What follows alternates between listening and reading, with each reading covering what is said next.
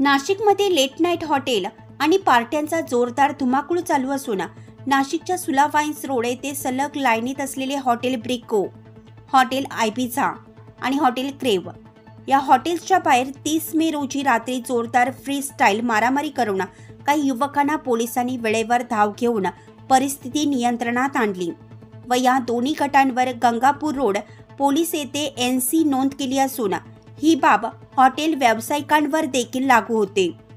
रात्री late night party हे नाशिकचे संस्कार नसून देखील पोलीस प्रशासन या हॉटेल्सवर का कारवाई करत नाही हा मोठा प्रश्न आता नाशिककरांना पडला आहे।